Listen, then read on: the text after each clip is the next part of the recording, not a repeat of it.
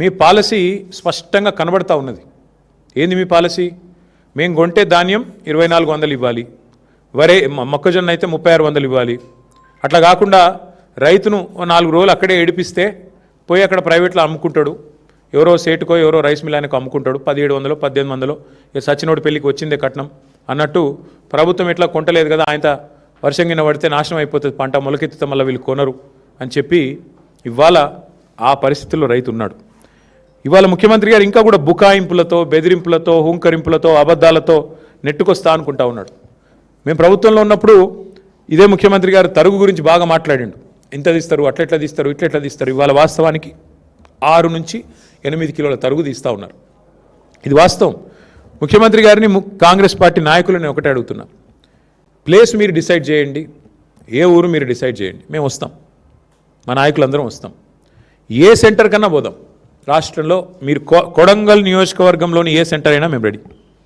ఎక్కడన్నా కూడా మీరు చెప్పినట్టు 80% కొనుగోలు జరిగినాయని మీరు రుజువు చేస్తే ఏ శిక్షకైనా మేము సిద్ధం ముఖ్యమంత్రి గారని నేను విజ్ఞప్తి చేస్తా ఉన్నాను. దయచేసి భేషజానికి పోకండి. అనవసరంగా ఏదో డైలాగులతో, పెద్ద పెద్ద మాటలతో. ఇంకా ఎలక్షన్లు చాలా దూరం ఉన్నాయి, ఇంకా 2.5 ఏళ్ళు ఉంది. ఇప్పటి నుంచే ఎందుకు ప్రతిదానికి రాజకీయం? దయచేసి భేషజానికి పోకుండా, అహంభావానికి పోకుండా, మేము చెప్తున్నాం కదా వీళ్ళెవరు చెప్పడానికని అనవసరపు దీనికి పోకుండా, బ్రోకర్ల పాలవుతున్న ధాన్యాన్ని, మధ్య దళారులు ఏదైతే ఇవాళ గవర్నమెంట్ కొంటలేదు కాబట్టి దళారులకు అమ్ముకునే దుస్థితి ఏదైతే రైతులకు వచ్చిందో దీని నుంచి నివారించండి. మా శ్రీనివాస్ గౌడ్ గారు గుర్తు చేస్తూ ఉన్నారు, బోనస్ ఎగ్గొట్టిండు అని. బోనస్ కాదు, ఈ ప్రభుత్వమే పెద్ద బోగస్. ఈ ప్రభుత్వమే పెద్ద బోగసు. అలా రైతు డిక్లరేషన్ అంత పెద్ద బోగస్ ఇంకోటి లేనేలేదు. 34 హామీలు ఇచ్చారు రైతు డిక్లరేషన్లో. ఒక్కటన్నా అమలైందా ఈ రాష్ట్రంలో? 4 ఏళ్ల కిందట రాహుల్ గాంధీ గారు వచ్చి వరంగల్లో మీటింగ్ పెడితే అదే రోజు మళ్ళీ మేము మొన్న పెట్టాం రైతు సంగ్రామ సదస్సు అని వరంగల్లో పెట్టినాం. ఆ రోజు అడిగాను నేను, ఎంతసేపు ముఖ్యమంత్రిని తిట్టిండి. నేను ముఖ్యమంత్రిని తిట్టలే. రైతు బంధు వేయకుండా ఉండేందుకు మేము ఏమైనా దివానగాళ్ళమా అన్నాడు ముఖ్యమంత్రి. నేను గదే గుర్తు చేసిన. ఇప్పుడు ఏని దివానగాడేవాడని నేను అడిగిన. నేను ముఖ్యమంత్రి గారు నేనేం తిట్టలే. కేవలం ఆనాడు మేమేమైనా దివానగాళ్ళమా, మాకేమైనా దిమాక్ లేదా అన్నాడు. నేను గదే చెప్పిన. మరి దివానగాళ్ళు ఎవరు, దిమాక్ లేని వాళ్ళు ఎవరు అని అడిగిన. దానికి అసలు విషయం చెప్పకుండా రైతు బంధు ఇప్పుడు 4వ సారి సక్సెస్ఫుల్గా ఎగ్గొట్టారు ఈ ప్రభుత్వం వచ్చాక. అట్లాగే 15,000 ఇస్తామని డైలాగులు కొట్టారు. ఆ ఇచ్చిన ఒక్కసారి 12,000 ఇచ్చినారు. ఇక చెప్తూ పోతే చాలా ఉన్నాయి. విత్తనాలు దొరకవు, యూరియా దొరకదు, షాపులో లేదు కాబట్టి దాచిపెట్టేందుకు యాప్లో అని చెప్పి యాప్ డ్రామాలు. ఇవన్నీ రైతులు చూస్తున్నారు. ముఖ్యమంత్రి గారు మీ హుంకరింపులు, మీ అబద్ధాలు. ఇవాళ లారీలు లేవు, ట్రాన్స్పోర్ట్ చేసేటోడు లేడు, బస్తాలు దించేటోడు లేడు, హమాలి దిక్కు లేడు. మీ ప్రభుత్వానికి ప్రణాళిక లేదు. పోనీ కేంద్ర ప్రభుత్వం ఏమన్నా వాళ్ళు ఏమన్నా మంచి చేస్తున్నారంటే మన ప్రధానమంత్రి గారు వచ్చి మన రాష్ట్రానికి వచ్చి హైదరాబాద్లో మీటింగ్ పెట్టి సాగు కబురు చల్లగా చెప్పిపోయిండు.